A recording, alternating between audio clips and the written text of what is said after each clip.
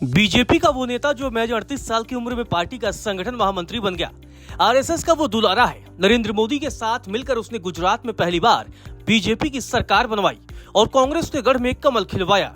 Engineering की पढ़ाई करने के बाद वो टीचर बन गया, लेकिन फिर सियासत में एंट्री ली और देखते देखते वो अटल आडवाणी का चहेता बन गया। चलिए इस वीडियो में आपको संघ के कद्दावर नेता और बीजेपी के पूर्व संगठन महामंत्री संजय विनायक जोशी की अनसुनी कहानियां सुनाते हैं। बताया जाता है कि 2005 में शिवराज सिंह चौहान को मुख्यमंत्री बनाने में संजय जोशी ने अहम भूमिका निभाई थी। दरअसल एक केस के चक्कर में उमा भारती को मुख्यमंत्री की कुर्सी से हटना पड़ा। इसके बाद बाबूलाल गौर को मुख्यमंत्री बनाए जाने की मांग उठने लगी। हालांकि अदालती मामला खत्म होने के बाद उमा भारती मुख्यमंत्री की कुर्सी को लेकर अड़ गई।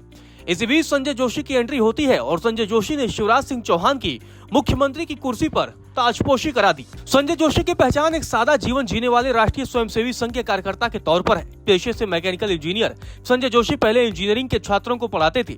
बाद में उन्होंने अपना जीवन आरएसएस को समर्पित कर दिया। संजय जोशी सबसे पहली बार सुर्खियों में आए 1998 में, जब आरएसएस ने उन्हें गुजरात भाजपा इकाई में काम करने के लिए भेजा। उस वक्त एक और आरएसएस कार्यकर्ता गुजरात भाजपा इकाई में अहम हिस्सा बना, जो थे नरेंद्र मोदी।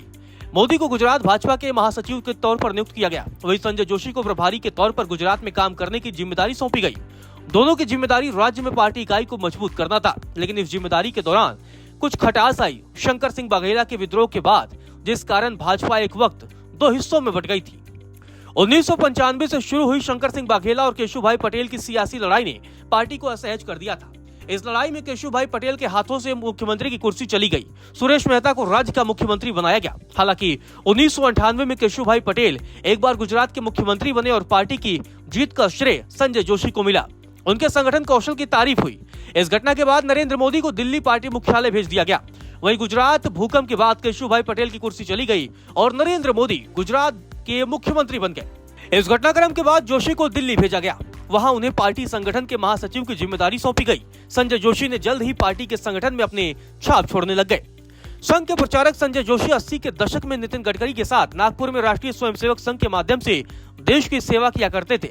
उन्होंने मैकेनिकल इंजीनियरिंग की पढ़ाई की है और राजनीति में आने से पहले कुछ समय तक इंजीनियरिंग के छात्रों को पढ़ाया भी है।